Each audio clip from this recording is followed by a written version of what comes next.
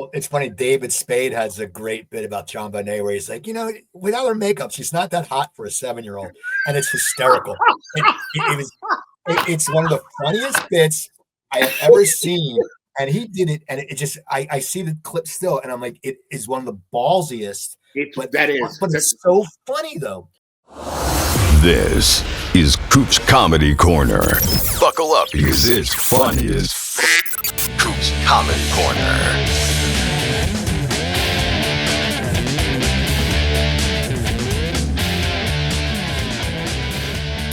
Welcome to Coop's Comedy Corner. I'm your host, Steve Cooper. And, actually, this is our Christmas and Hanukkah, and I guess Kwanzaa.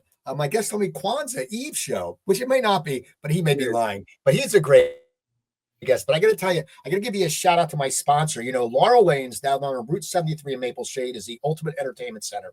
They have 60 lanes of bowling. They have state-of-the-art arcade games. They have a private luxury suite. I mean, they have something for everyone. And you can go out there with your friends. You can go for corporate events. You can go to birthday parties. It's just a great place. And if you like ice cream, they have a little setup called Lickety Splits. And they're these homemade concoctions. And they actually have alcohol ice cream. And I've tried the bourbon butter pecan, and it's very good. And finally, go to Splits Bar and Grill. That's where every month I host Cocktails with Cooper. It's a big South Jersey networking event. And if you do a networking event there, the first time you come through, they'll give 10% back to your charity of choice. They have great food, great drinks. Their happy hour is insane, Monday through Friday, 4 to 7. And during the month, they have lots of stuff going on, like beer pong and trivia and karaoke. So go check it out. Go check out Laurel Lanes. Go to see them at laurellanesnj.com. Okay. We got to get to my show. My guest, I'm going to tell you something. My guest is one of these guys that actually makes me laugh my ass off on Facebook. And I will sit there. I will say to my wife, Joanne, I'll say, hey, Chuck. And she always cracks up too. He's worked with Joan Rivers. He's worked with Barry Manilow. He's worked with so many people. He was back in the golden day of New York comedy. And I have a good Bernie Perron story for him, because I know Bernie Perron's his favorite hockey player. And my guest is Larry Amoros. What's up, Larry? Hey, all you had to do is say Bernie Perron, and you got me at Bernie. Really? Yeah, well, no, first of all, you're a New Yorker, right? How did you become such a big Bernie Perron fan? I lived outside of Philadelphia from the ages of 4 to 14 when I was a kid. We lived in Bucks County. And it was 67 was the Flyers' first year. I was still living there. I was like 12. And I just kind of got hooked. And I just followed his career all the way through. And I see him on Facebook all the time, and he's still like, Mr. Philadelphia. He's everywhere. He's at all events and this and that. It's like, it does my heart good. I love him. He's a Flyer ambassador. And a few years ago, my buddy took me to he had luxury box seats, whatever, the box seats. And him and Brian Prop would walk around. I run to Brian Prop all the time. He has a business right next door, a friend of mine's business. But Bernie would always pop in, and I took a picture with him. And he said, no, and he had to get it right. He had to put like his Stanley Cup rings there. But you'll appreciate this. This is my Bernie Perron story. I was probably, sophomore in high school, and I used to hang out with this kid named Tom Watson, and we used to sit there and put the Milex Street hockey net and shoot. Mm-hmm. And Bernie Perron lived next to him. So one time, Bernie Perron comes driving home, gets out. He's got dress slacks on, like a short sleeve shirt, like that 70s shirt style. And he goes, do you mind if I get in the net?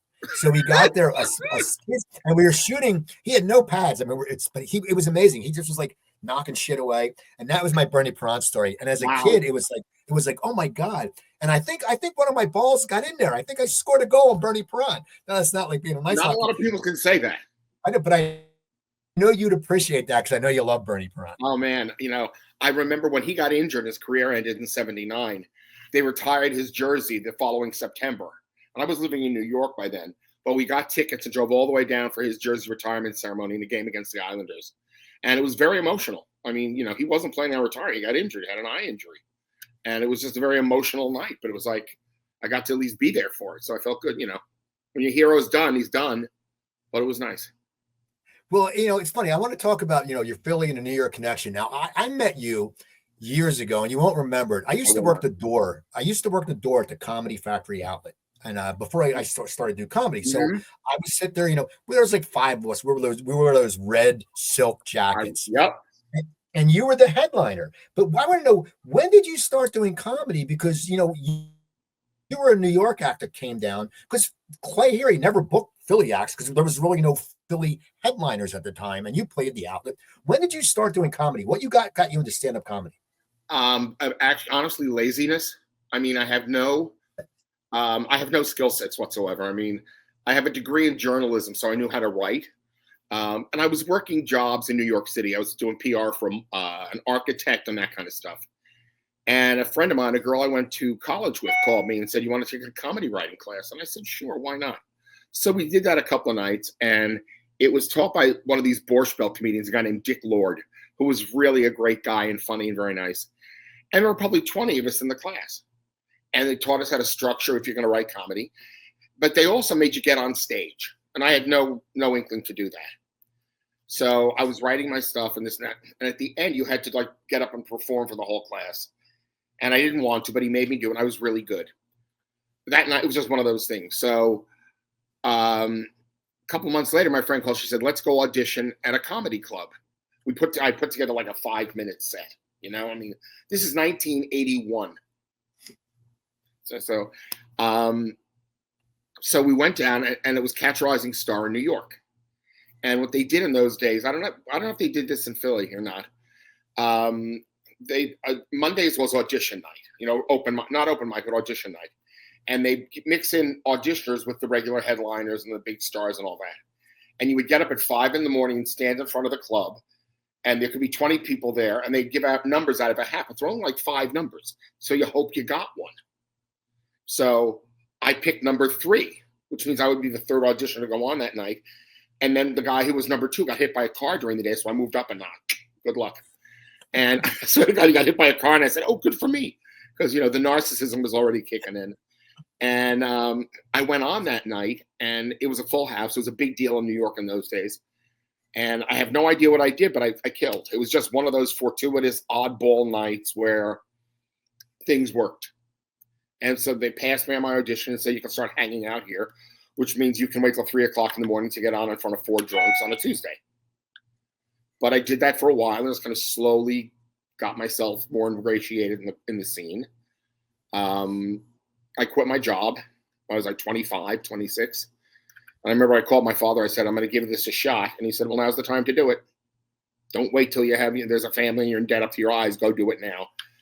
And I got lucky. About 8 months after I started, I think about 8 months, a guy from HBO happened to come into the club. They were doing these young comedian specials back in those days.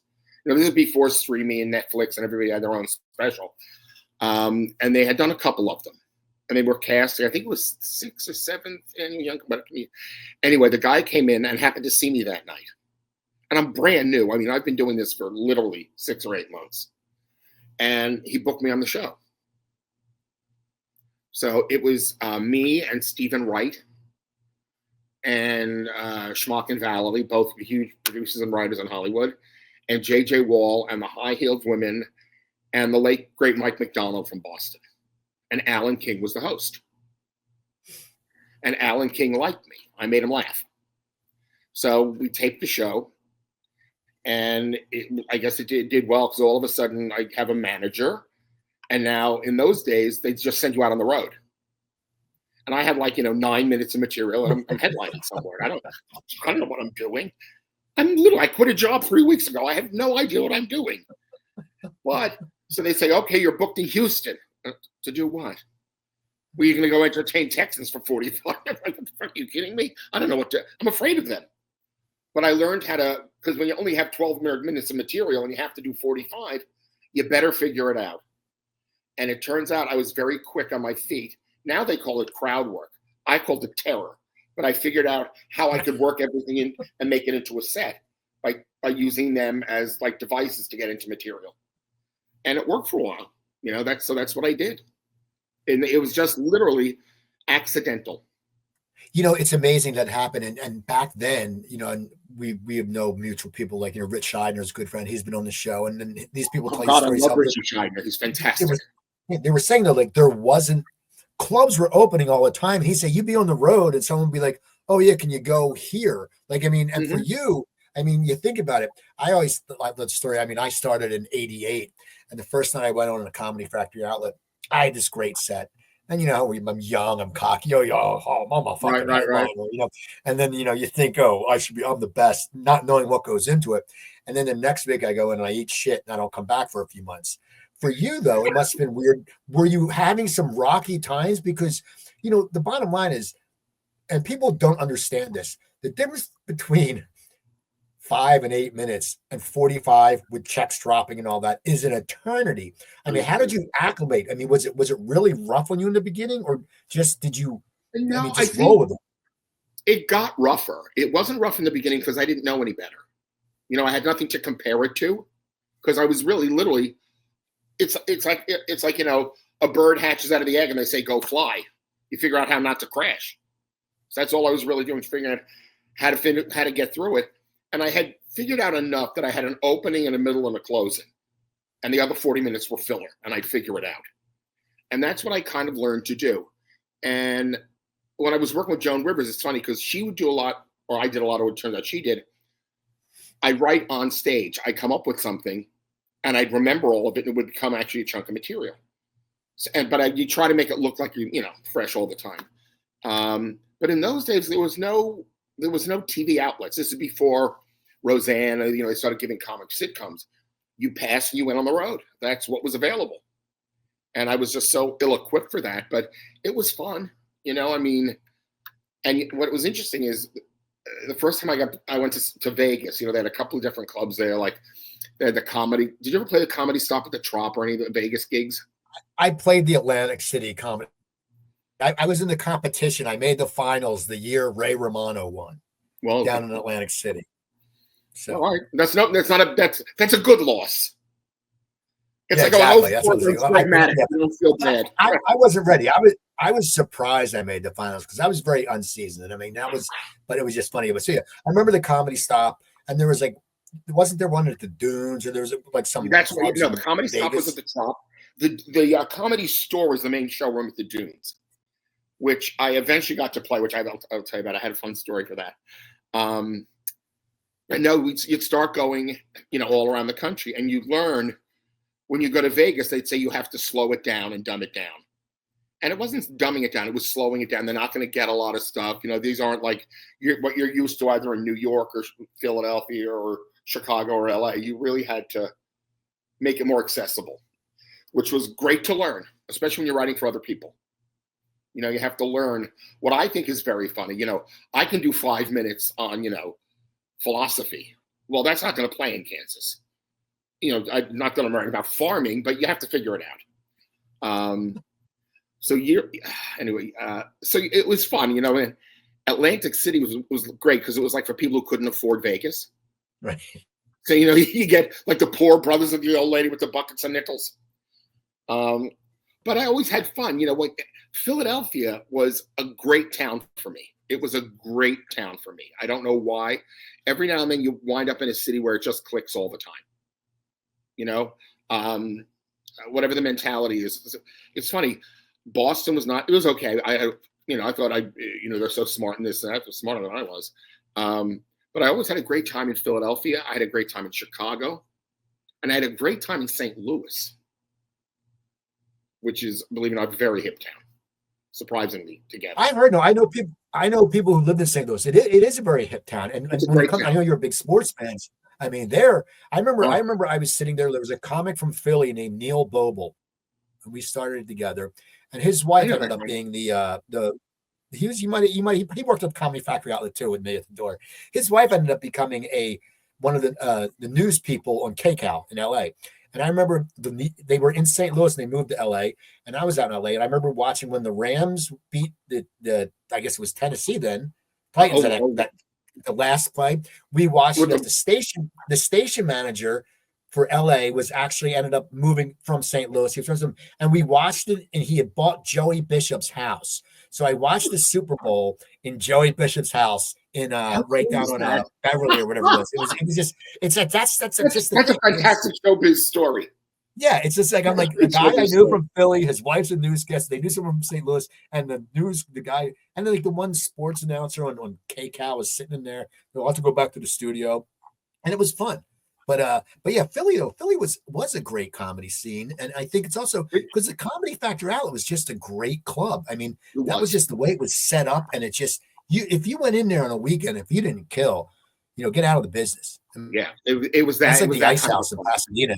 Yes, Yeah, it's like the Ice House in Pasadena. If you don't kill in there, quit. If you go in there on a weekend, that's quit. a great People room. don't get it, but that's how easy these rooms are. Well, for whatever reason, you're doing comedy. Mm-hmm. What's that? No, I was just saying, What did you say? I don't know why the Comedy Factor Outlet was that good a room, but maybe it was the structure, the vibe. I don't know. It was just fabulous. Is it still there? It was all that crap. No. It's like it was a hostel for a while, and then I don't know what it is now. But it's all those groups like the Comedy Works, they all disappeared. So you're going on the road and you're in New York. Now I know who were some of the people you were hanging out with? I know you were friends with Rita Rudner back then, right? Like that was some of your crowd. Here's a fun story. I'm still ridiculously close friends with Rita Rudner. So I mean, we had become friendly, and she moved in her career, jumped and went all over the place, and we had gone to Australia to work. We've got booked first at the Edinburgh Festival. Me, Rita Rudner, Bill McCarty, and I, and then Kelly Rogers, then Richard Jenny. We all kind of swapped in and out. And Rita and our producer fell in love while we were in Australia. Now they're married now, 30-something years. So our paths diverge. We go our separate. Everything's fine. Our lives, didn't intersect. About 15 years ago, I'm living in Orange County in Laguna Niguel, not where anybody in show business would go. But that's where I wound up. So I'm in Laguna Niguel, and I walk into a pet store, and I'm chattering with my dog, and I'm talking to the lady behind the counter, and we're laughing. She's laughing, and she goes, "Oh, there's a famous comedian. You know Rita Rudner?" I go, "Yeah, for a million years." She goes, "She comes here all the time with her dog." I go, "What's Rita doing in Orange County?" I said, "Here's my number. Next time Rita comes in, please give it to her." The next day, Rita calls. She goes, "We live in Dana Point down the road." Now, they also have a place here in Palm Springs where I live. We're best of friends. Rita and her husband and daughter, we have dinner all the time. It's like family. It's so funny you say that because, I don't know, do you know a guy who I became friends with in LA and has sort of been an older brother mentor type to me? Do you know Jeff Martyr? Jeff Martyr, his mother, Barbara, used to run Harbor Lights in Baltimore. Yeah. Okay. Well, Jeff. City Lights or Harbor something. City Lights, I think it was. Yeah. Well, Jeff Martyr, we became good friends, and Rita did my other podcast, Cooper Talk, and Jeff sat there, and it turns out Jeff's, I don't know, first or second wife was good friends with Rita, but they lost touch, and Jeff told his first wife that I interviewed Rita, and I actually sent Rita's husband or manager an email, and they got in touch. It's just so weird how like people from the past, yes, that are in the comedy world or adjacent, always end up coming into connection. Like no time ever passed. I mean, for her and Jeff's wife had been sick, and so it was like this whole thing. And now they went for lunch. It's just amazing how that industry works like that. Now it's so interesting because didn't Jeff Martyr have a great thing about left brain, right brain? He had a very and funny Rita helped him with that. I didn't know that. It was a very smart piece. Yeah, because he told her, he said, "What do I do? I got these jokes and I got these jokes." And she goes, "I don't know. Why don't you just figure out how to do them two different ways?" And he went, "Oh, left side of the brain, right side of the brain, put two microphones." It's just one of those things, but it's just so funny how bits create. Now, for you, back then when you were starting out, what was your writing style? Like you said you worked a lot with the audience, you're quick on your feet, but was it the old LA, New York? I mean, what was your premises? Because back then material was completely different. No, it was none of that. It was if I found something funny, I'd start writing. It's funny because when I eventually wound up writing for Joan Rivers, that's how my brain worked to begin with. I used to watch her on the Ed Sullivan Show. So I'd have whatever the premise is, my dog's so stupid, blah, blah, blah, blah. And you write 12 jokes. Or I remember the piece I auditioned at Catch with. They used to have a thing in New York called Miss Subways, which is really like, a lowbrow beauty pageant. I mean, it's Miss Subways, it's like, can you step over the homeless in a gown? It was that kind of a thing. So I knew a girl who had been Miss Subways. And I thought it was the dumbest thing I'd ever heard in my life. And you'd see them on all the subways, the sign, Miss So-and-so is Miss Subways, like it's a huge accomplishment. Like she had some teeth and a tiara. All right, so you win. So I wrote an entire bit about missed subways. I had like 10 or 12 jokes, ba-bum, ba-bum, ba-bum, ba-bum. And I'd find the 4 or 5 that worked. And then I would try to tie it to something else. And, you know, it's like, I have a dark side or like an offbeat side where, do you know Anthony Jeselnik? Have you had him on? No, but I've been, his clips have been popping up on my reels on Me too, Facebook, me too. and he makes me, he's hysterical. I He's find him hysterical. very funny. He's very, very funny, deeply funny. And, you know, but he's got that dark side to it. You know, it's like, I remember when when John Bonet got killed, that poor little girl. I mean, people are going, what happened? My first thought was, well, she must have said something to somebody, like she upset someone. You know, like that's where my head went. Well, let's look at it. Or, you know, so when I stopped doing stand-up, I was able to start channeling that for Joan Rivers, who had less boundaries than I did. You know, so all that stuff where it's ba-bum. Well, it's funny. David Spade has a great bit about John Bonet where he's like, you know, without her makeup, she's not that hot for a 7-year-old, and it's hysterical. It's one of the funniest bits I have ever seen, and he did it, and it just I see the clip still, and I'm like, it is one of the ballsiest.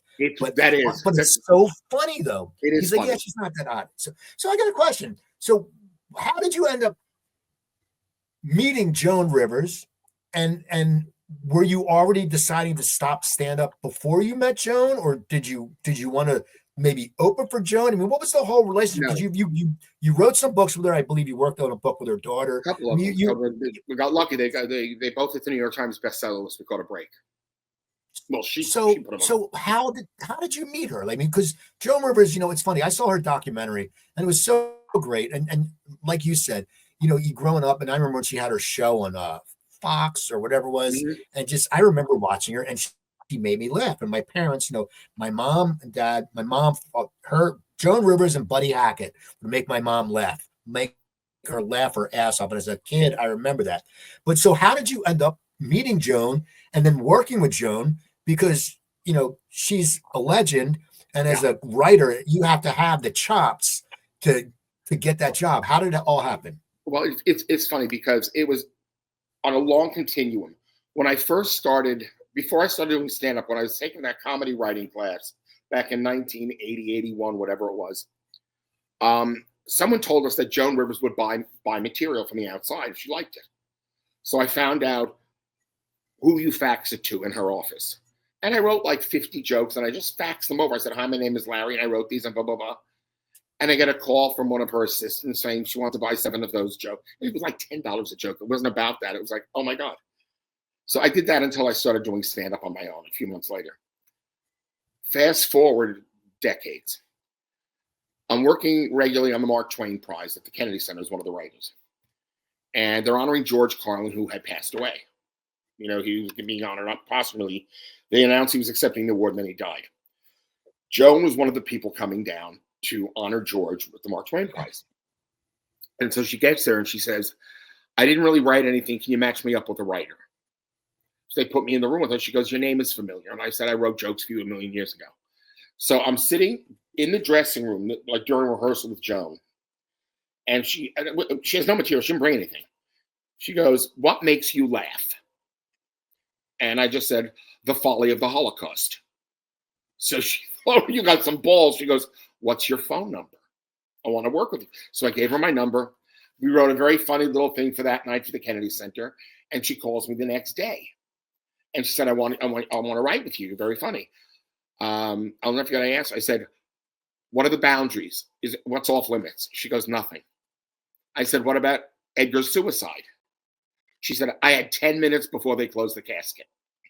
And I said, oh, I'm going to like this. I'm going to like this. And she and I just hit it off like we'd known each other for 100 years. It was just like, you know, I'm talking to you like I know you intimately well for all my lifetime. You know, it's just a conversation. And we just got along. And we had the same sensibility. And they wanted her to do a book. So we came up with this idea called I Hate Everyone Starting With Me. And we literally do it over the phone. I'd write something, send it to her. She'd write something, send it to me. We'd get on the phone and talk. And it became a New York Times bestseller immediately. She promoted it, obviously, and she's a big name. But it was really funny. It was really funny. And then they wanted a follow-up, and this is 2012. We're in Mexico on vacation over the Christmas holiday break. Here's how Joan was. She was so kind and generous over the Christmas holidays. Melissa and her friends and her son, whatever, and Joan rented this huge, massive estate in Mexico, in a place called Punta Mita, which is fancy schmancy. And she'd bring down 10 or over 2 weeks, she'd bring down 9 or 10 of her friends. And I'd go. And one day she and I are sitting there and she goes, they want another book. They want it fast because this one's on the bestseller list. I said, all right. And we decided we're going to write a diary. Let's just do a diary, make it easy. There's no through line, there's no thread. So we came up with the idea of Diary of a Mad Diva. And that hit the New York Times bestseller list. And after she died, she won a Grammy posthumously for it for best spoken word. It was really funny. And she was, here's the thing, it's so interesting. And look, you know this from doing this yourself and being around a long time. The character is an act. It's an act. She was the nicest, kindest, most generous, decent person. If she met you now, she'd go, hi, Steve, are you hungry? Do you need anything? What can I get for you? She wouldn't cook it. She'd say, staff, get him something. Like she'd take care, she was like your grandmother if your grandmother had a lot of money. She was just so kind. And what's interesting is, she turned into the potty mouth old lady. Not like that at home. She was elegant and, she was a lady and refined. And there was one time we were at Melissa's house and Cooper, the grandson, must have been about 10 at the time. He cursed. And Joan laid into him. She said, we do not talk like that in the house. He goes, you do. She goes, that's a joke. It's on stage, not in real life. I mean, she was elegant and just, I've been very lucky in that who I get to work with. I met so many great people. Well, I was going to say something though. You said when you met her down the road, you weren't doing stand-up anymore. When did you get out of stand-up, and why did you get out of stand-up? Because you were a successful actor. I was on the road, and there was no specific time. It was, back in the day when you're on the road, they used to have comedy condos. I don't know if they still do that nonsense, where the club owners figured it's cheaper to put them in a condo than rent hotel rooms. So it's like you're in Indianapolis or Omaha in the middle of the winter in a room by yourself for 23 hours a day. And I started doing a lot of drugs and drinking a lot. And it was going to kill me. And I decided I got to sober up, clean up, and get off the road. And I started as a writer. I said, I'm going to go back. And I just literally said, I'm done. I'm done. I was literally, there was one night, I'll never forget this. And this is kind of very inside, but I was in Atlanta working at, I think there was a place, it wasn't the Punchline, I'd been there. I think it was called a Comedy Spot, I think. And they had I'd finished my week there. And the comic who was coming in the next week came a day early. So they had me in a room with 2 beds. So he came and, I was leaving in the morning.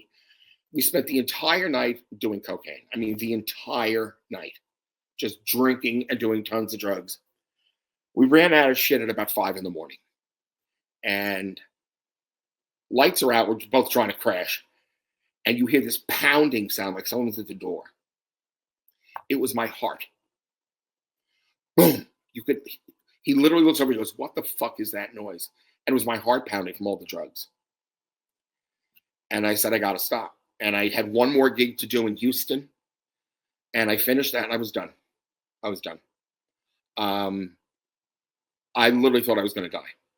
You start making that deal with the devil.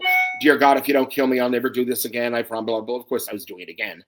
But until I cleaned up shortly thereafter. And I've been sober a very, very long time. So when you got out of it, when you got out of comedy and you wanted to write, you were making good money headlining back then. So did you have a writing job right away? Yes and no. I was making Not great money. I was making decent money because, you're on the road. Let's say you're on the road, and in those days, all right, so say you're making $2,500 a week, right? And so you go on the road for 3 weeks, you make, 10 grand. If half of it goes up your nose, you're not making great money. Now you're getting by money. I put some money away, fortunately, and when I came back, when I got a couple of writing jobs quickly because I was good at, that's how I started. I started as a writer, so it wasn't that difficult to suddenly start picking up writing gigs here and there, corporate stuff, this stuff, whatever it was. But I'm convinced if I stayed out on the road, I wouldn't be alive. I saw a lot of people I work with aren't here anymore. It is crazy when you sit there and, it just, and as you get older, it happens. And I'm 60. And I just was talking to my friend the other night about Christmas pictures.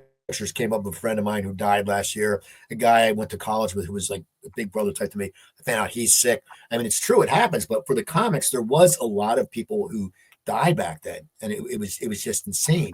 So who were some of the other people you wrote for? I want to get to the Barry Manilow, but between Joan, when you got back, what were you said you were working with?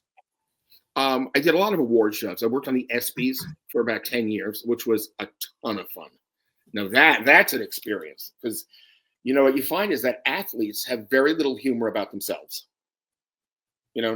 Not all athletes are Peyton Manning. Not all athletes. Right. And this is going to sound terrible. A lot of them aren't that bright. A lot of them are just even male to their jocks. But working on the ESPYs was fun. That was a great gig. Because for someone like me who's a big sports fan, that's just, it's like a kid in a candy store. I get to meet everybody, and the hosts were great. You had Samuel L. Jackson. What was interesting, I'll never hear, 1 year Lance Armstrong was hosting. It was in the middle of all the allegations about the drugs. And I remember sitting in a big production meeting. And it's all the writers and the producers and the legal team is there. And they asked him, is it true about the steroids? Is it true? And he said flat out no. Literally lied to everyone in the room. Very nice guy. But it was very interesting because you're walking that line, and it's like, what do you do? We had 1 year LeBron was hosting. And again, LeBron James was really, really nice. But he insisted on rapping. He wanted to do a rap song, and he's the only black person in America who has no rhythm and can't rap at all. Can't whine, can't dance, can't move, can't rap, nothing. I was sitting there during rehearsal, and we're all sitting watching him, and the producer goes, you want to tell him? I said, I'm not telling him, you tell him. He's terrible. It was awful. But he's LeBron fucking James, go do it. Then we had, oh my God, do you know Bill Sheft? I know the name. Okay. Oh, you should get him. I know the name. Yeah, he was at Letterman for a million years. One of my best friends. So I think it was Greg Jennings and me and Ed Driscoll and Billy work on the ESPYs 1 year. And this, I can't remember the kid's name. Oh, it'll come to me. They always do some heartfelt, pull at your heartstrings kind of award, some special presentation to some kid who was run over by a truck and he's a pancake, but he somehow slithered the marathon 26. It's one of those stories, The house is on fire and he ran in and saved his gold medal that his mom was shooting heroin. One of those. So they get this kid who, some poor kid, he's probably 12, whatever it is, I don't know. And he's got some sort of dysfunction. And the true story it was actually a very touching story. I think his name was Jake. A very touching story where the kid was the water boy for the football team. And he's going to graduate, or however he's going to graduate. So it was last year of school. And the the final football game of the year, the coach went to the coach of the other team and said, look, if the game's out of hand, we're going to put the kid in. We're going to suit him up, put him in. Could you let him score? And they both agreed to this. Well, that's what happens. The footage is they put the kid in the game, and the other team lets him run for a touchdown, and it is the highlight, not a dry eye in the house. It was truly very touching. So they're going to bring the kid out to give him the award. Well, no one found out or no one asked if the kid has Tourette's syndrome. No one checked. So they go, ladies and gentlemen, Jake, blah, blah, blah, blah, blah. And they comes out, fuck me, eat me, fuck me. And we're just, I am telling you, you have never seen writers laughing till we wet our pants backstage. Thank you, fuck me, thank you. We are dying. And I'm standing next to the head of ESPN, and he goes, go get him. I go, you go get him. Come on, it's not my job. It was just, that's when they stopped doing it live. And they did it live to tape. So, oh my God. So what are some other shows you've written on? Well, I want to get first. We'll get to that. I want to go. What do you do with Barry Manilow? How did you end up with Barry Manilow? Greatest gig in the world. Greatest gig in the world. I just came off the road with them on Saturday. In the early 90s, he always worked with a comedy writer or a comedy writer producer type. He used to work with Bruce Valanche, then he worked with Roberta Kent. In 1992, I think it was 92, I was living in LA, and he was looking for somebody, he needed a new writer person. And I get a call from his publicist, and I was a big Barry Manilow fan. I mean, I grew up, he's one of my guys. It's like, Barry Manilow, Elton John, the Eagles, that was it, Linda Ronstadt. So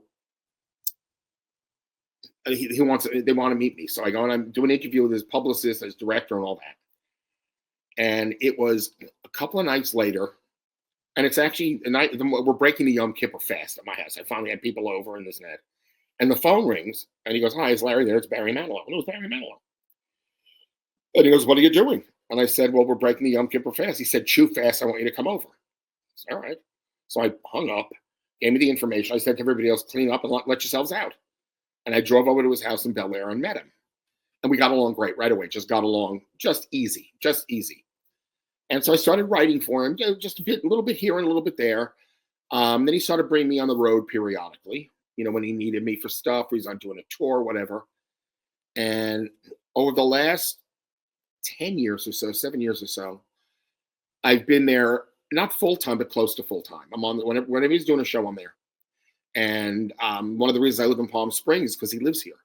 And I was commuting from Laguna Beach, and it's just too far to drive. It's, you're driving 120 miles each way 3 days a week. So I moved out here about 5 years ago. And he's one of my best friends, one of the greatest gigs. He's as good now as he was then. And for the people who don't know his music or don't like Barry Manilow, go see it live. Go see it live. He's a radio. You should come. What do you do for him? What do you do for him? Like when you're on the road for him, do you write material? I mean, yes. What do you? Yes, if we're on the road, he's a showman. Let's say we're going on a 10-city tour, which we're doing in May. We'll change the show every night based on where we are. The set list may change every night. He changes it up a lot, and we'll write something specific for where we are. And in the morning after the show, we get together and we watch the entire show, watch the rundown, what worked, what didn't work. Even simple things like the lighting cue is off over here; it's pulling focus, or the band's too loud. I can't hear you when you're talking. It's all that. It's like creative consultants. It's like, I'm his creative backboard. We bounce stuff off each other. And when we write, it's together. I mean, I sit and I talk to him like I'm talking to you. What are we looking for? We need something here. We need something there. I want to try this. And it's a great gig. He's like one of my best friends. He is an absolute gentleman. I'm really lucky. He's a nice guy. Well, what's fascinating about him also is, and I know people who just recently saw him in Philly and people who said he was amazing. It's not like he's some 55-year-old guy anymore. He's sitting there and he's doing the grind and he's putting the show on where a lot of people I saw the Beach Boys with, I think it was Chicago. Mm-hmm. And I got lucky. I had really good seats because one of the guys, Chicago, was supposed to be on my podcast, and he couldn't do it. So I just said, "Hey, can you put me on the guest list?" And they did. I figured my mom always said ask. Nice. But Brian Wilson was opening, and he should not have been on stage. Brian Wilson was with them? Yeah, this was 2 summers ago. And so they basically bring him out in a wheelchair, and he just sits there, and the other people, like the original Beach Boy, like some of the guys, not like Mike Love wasn't there or whatever, but it was it was sitting there, and it was like, it was billed as Brian Wilson, not the Beach Boys, but it was like, what the fuck are you doing? Like, what is, his family must be awful, because he only sang a few times, and it looked like a Martin Short sketch, like one of those things when he sang. But that's like, well, Manilo's got his shit together. I mean, people I know were like raving about him. They said he's still such a showman, and he's I mean, he's what, 75, 80? He's not like he's young 81. anymore. He's 81. Yeah, and you would never. It's insane. It's kind of like that ageless thing where you see him walk on stage, you would have no indication how old he was. He could be 40, he could be 60. You would never figure it out. He moves as well. I mean, I'm telling you, it's like he's a better performer than he was 40 years ago. I mean, he sings, he dances, he's funny, he's all over the place. He plays great keyboard. I mean, it's the show itself is about as hip as it gets. There's LED screens and the lighting, and when he's putting the show together, he sits with the lighting guy all night long for 2 nights, lighting the entire show. He sits with the choreographer, choreographs the whole show himself with them. Writing the show, putting the show together, he sits with me. And his work ethic it's what he lives to do. You hear people say, well, music is my life. It actually is for him. I mean, this is what he does. And I mean, if you think he has a lifetime residency in Vegas. He has a residency at Radio City Music Hall 2 weeks every year. We have 2 tours scheduled. He just did a month at the Palladium in London last month. Last year. It's unbelievable. It's unbelievable. And I tell anybody, go when he's in New York or Philly next year, you'll come. I mean, I think we're hitting Philly, or you'll come to Radio City. You give me a heads up. It's phenomenal. All right. He's that good. Now, okay, so I'm going to get back to your comedy writing, because I find your posts really funny on Facebook, and you write some dark shit, and you don't. What I like is you don't care. Sometimes I want to put something. I'm like, I gotta, because I also do stuff in the business world. I got to watch, what they say. But for you, have you? Well, you said earlier you've always written like that. Is there any time where you've gotten flack for something you've written? Have you personally gotten shit for something, or in any of your writing jobs, because you do go off the cuff and you write some stuff, and I know you I love when you make fun of sports. I don't know if you make fun of, because I used to get chicks. I used to say, I lived in LA. I would go to Dodgers games, and I actually had part season tickets to the Dodgers. Did you really? I would say going to the Dodgers game is like watching an episode of Gangland, and people got pissed off in the audience because it was. I was like, it's the Mexican mafia against the MS-13, whatever. 13. Oh, it is absolutely. They're fighting over a 99-cent beach ball, because that was always the Dodgers games. They didn't have beach ball around. But that's hilarious, because you write some really off, and I think it's funny, and I think most comics will find it funny, but you always get some people, like some comics, who get pissed, and you're like, you know what, you're a comedian. Now I can understand if it's really distasteful. But so have you gotten professionally any shit for something you've written in your career where you've regretted a little bit? No, you'll get every now and then. So it's mostly Facebook stuff. They'll say too soon, and I don't believe in too soon. I just comedically, I don't. I think if your mind works fast enough that you can get to the joke that fast, good for you. And it's like Joan used to always say. I remember when she was promoting one of the books, and she was on Tavis Smiley on PBS, and he said, you say a lot of things that are very cutting, and a lot of things that offend a lot of people. What do you say to that? She said, don't buy a ticket. Turn the channel. She goes, you're not a hostage. You don't like it? Don't come see me. Go to another show. Turn the TV off. I'm not forcing you to watch. This is what I think is funny. If you don't think it's funny, watch somebody else. I'll write something for anybody. If you don't like it, don't use it. And it's like, even though, like, you'll hear from the general public, I'm sure if you post something, when you put stuff on Facebook or anywhere, they'll say, oh, I didn't like that. Well, then don't laugh. Don't laugh. I did a show. It was for a company that outsources HR, and there's a guy I know, and it was in a microbrewery. It was a networking thing, and they know what I do. And the one lady I know, she's like, it was really funny, but you were really off color. And I was like, well, you know what? It's a comedy show. You're all adults, and that's the thing people don't get. I mean, I think though, it's been. I'm trying to think of the word. I think people have overreacted too much of saying that the crowds don't laugh at anything anymore. Because all the shows, I don't perform a lot, but all the shows I do, maybe because my crowds are 40 and up, but no one gets offended. And everyone was making that big thing. Everyone gets so offended so easily. I really don't see it.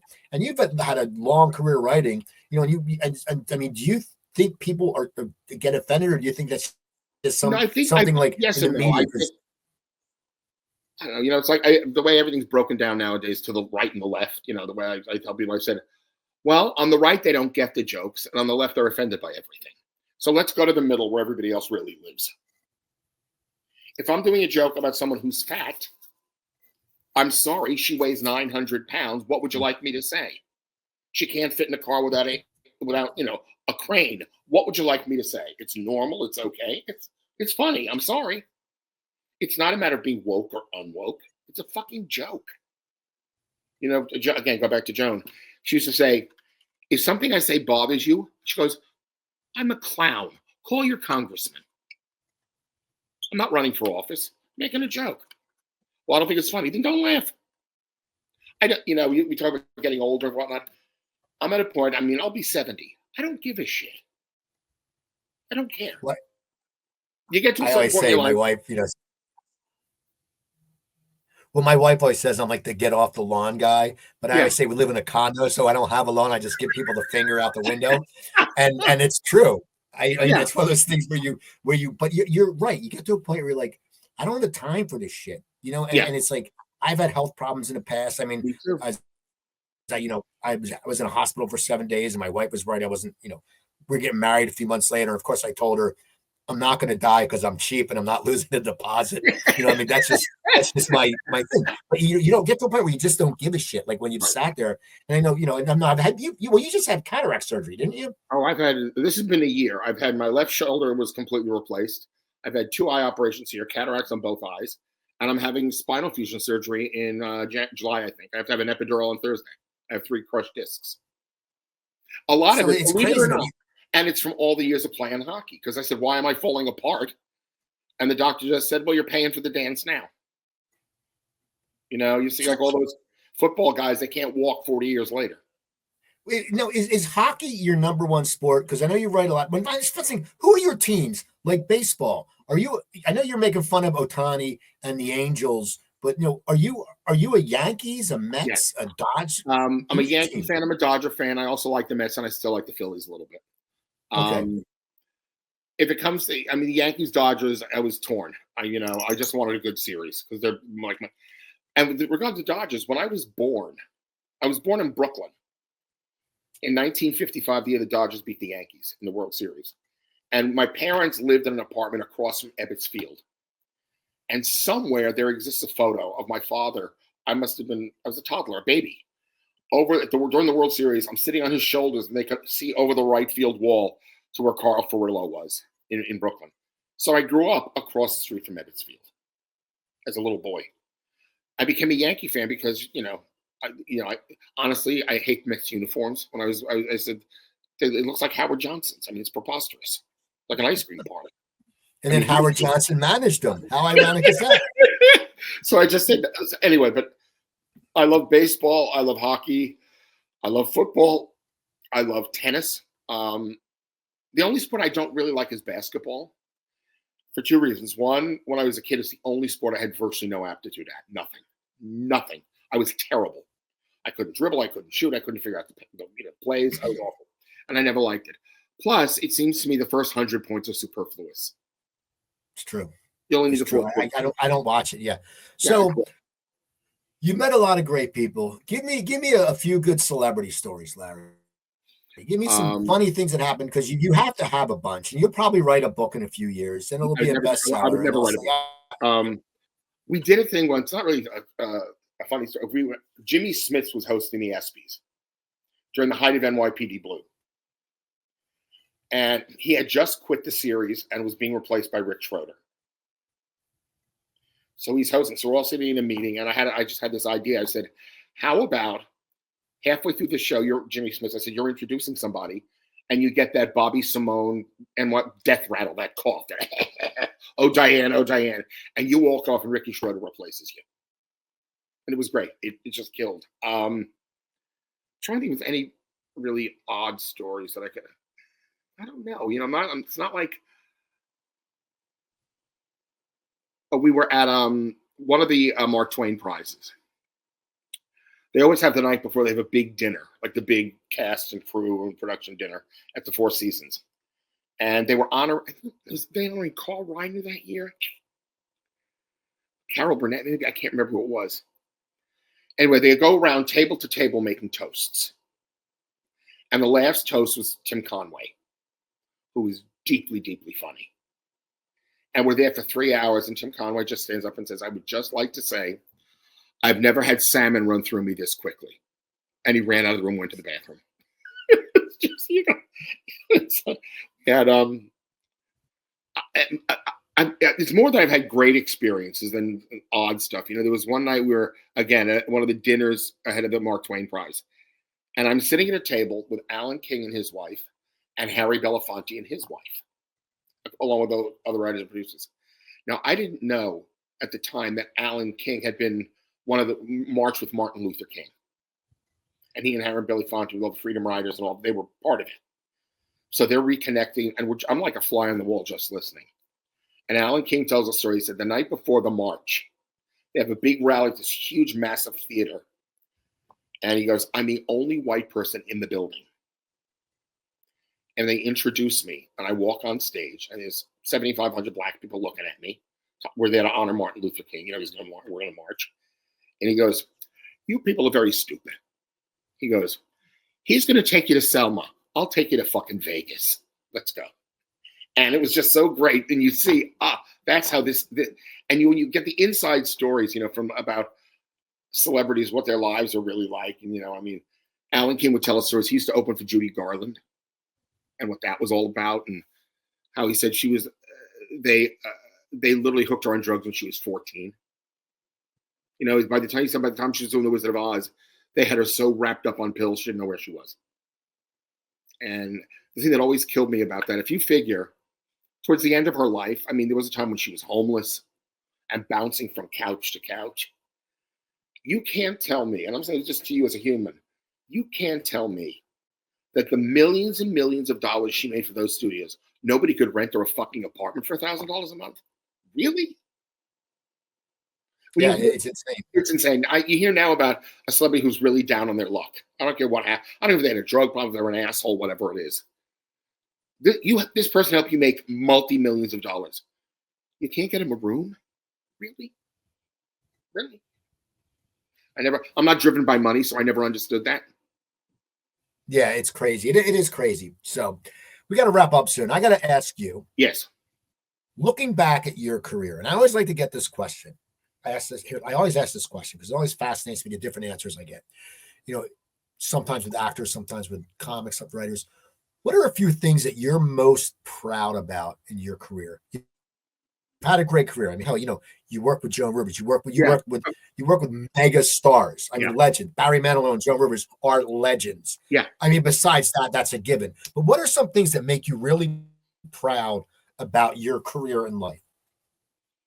Well, all right. I think the first one, this is germane to nobody knows what I'm talking about. There was a comic back in New York named Adrienne Tolsch, who was the MC at Catch a Rising Star on Bill Sheff's late life. She was wonderful. When I broke in at Catch, she was the MC. She and Bill Maher were MCing, and JJ Wolf, the MCs. And Belzer was still around. And she was great. She was at the forefront of women in comedy when they, you know, and she opened a lot of doors for a lot of people. And if you think about it, in 1981, 82, 83, it was really still an all-boys club. And she's the head MC at the hottest club in town in New York. It was a big deal. About 10 years ago, she got esophageal cancer and got very sick and passed away. She was married to Bill Sheff for 30. They're my best friends. And they held a memorial for her. And David Letterman came because Bill worked for Letterman for 20 years. And at St. Peter's Church in New York. And I was asked to speak, do some a speech. Not a eulogy, but there were like 5 or 6 of us that spoke. And it was really, really deeply, deeply funny and very touching. And I think that night, at Adrian's memorial is the thing I'm most proud of. Nobody will ever see it. Nobody will ever know about it. When Joan died at Joan's memorial in New York, I helped Melissa with her eulogy and her remarks, and I'm proud of that. I'm proud that after a lot of turmoil with drugs and drinking and behavior, I managed to keep working, and I'm a much better human being than I was at this old, decrepit age. It's like, and you'll probably understand this. I made a lot of people laugh, either directly or through other people. And that's, Craig Shoemaker. Yeah, I know Shoe. He's a Philly guy. Yeah. He does a whole lot of thing about, like these seminars on laughter is healing. And I believe that. And if you think about it, I don't know if I'm most proud of or happiest about, I've spent most of my adult life in the company of the funniest people in the world. How bad could it be? I get to laugh all the time. Yeah, look what you're doing. Your podcast, and I went through a lot of the people who are on this thing. What I love about this is that you've had so many like odd character actors or musicians. Well, that's Cooper Talk. This is my new one. You're on my new one. This is Coop's Comedy Corner. This is where I focus on comics. Cooper Talk, I've done over 1,000 episodes, right? Which it is funny. I've done. I found when I was in LA and I started that podcast, I targeted character actors, and it turns out, just like comics, all character actors are friends, and they all have like the Italian character actors and the tall, good-looking ones. Oh, but that's the thing. I mean, but that's the thing. I think with entertainment, a lot of times I hear people. What I hear a lot of times, when people say, "I've stayed around this long," like you just said. Yeah. And that's what's important, because you have, and so it's a matter of and you're still writing. You're still working with Brian Manilow. Now, are you on Twitter? Are you on any of those sites? No, I'm on Facebook. I tried to figure out Twitter at one point in time, but I couldn't figure it out, and because of Elon Musk, I won't go on X. I can't. I mean, I just. Now, would you ever get on stage and do stand up again, or no? I doubt it. The last time I did something is 20-something years ago. I was asked at like a benefit. I mean, I don't want to embarrass anybody. I couldn't remember anything. I mean, I haven't been on stage in 25 years. And first of all, I'd have to dress up. I just remember the stress of going on. It's like, what am I? I could probably get a minute. Can you still remember, if you have an act to do, can you remember all of it? I'll be honest. A guy I know books a room around here, and he's like, "You should headline," and I'm like, "I can't remember 45 minutes." I take up notes, and I host the show once a month, and I'll do 15 up front, then I'll bring a guest set on, then I'll do 10 in between. But then when I do the 10 in between instead of doing 25 up front, so I could go back and look at this stuff. But it's also though. But I think you lose the muscle. Like if I was belting it out, like when I used to be on the road all the time, you remember it. But when you get older, and also you get bored. Like, I have some guy sent me a message on Facebook about a bit I did back in like 1991. I didn't even remember it. And then I went, oh yeah. And I remember shit. I remember people and stuff. So anyway, well, hopefully you'll get back on. Well, just keep writing the funny stuff on Facebook. People, go on Facebook and look up Larry Amoros. He's got some stuff that's really funny. And they're short. It's not like you have to sit there and watch like one of these bits that says see more. You're like, I don't want to see more. I hate that. Like, I hate that on LinkedIn. People put like see more. I'm like, and then there's like 5 bullet points about business. I'm like, you're talking about having breakfast with your fucking kid. Why is there like business points for that? But so anyway, so Larry, I want to thank you for coming on. This has been great. I'm glad, we've talked on Facebook. People, you got to watch. Just follow Larry. You can follow me, people. You can follow, well, first of all, thank you to Comedy Trainwreck and Jimmy Corhan. He has a great thing going there.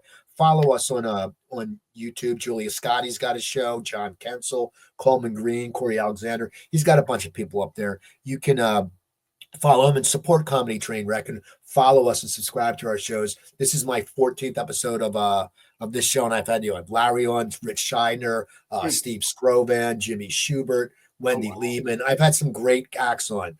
And so follow that. Go to my other website, coopertalk.net. You can find over 1,025 episodes. I haven't done an interview in 3 weeks, but tomorrow I'm interviewing Uncle Cracker, And then the next day after, I'm interviewing my buddy who's Dog Stars drummer, Rob Melhouse, who was an actor, and now he's really concentrating on music.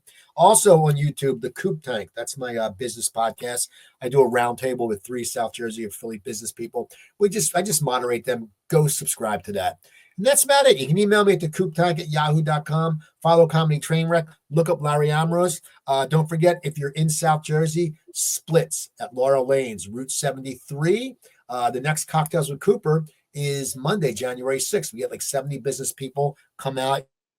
You'll make some contacts. And so go to Laurel Lanes, laurellainesnj.com. I'm Steve Cooper. Merry Christmas. Happy Hanukkah. Larry said it's Kwanzaa, so I'm taking his word for it. And whatever else you're celebrating, you have a great night, and we'll talk to you next time.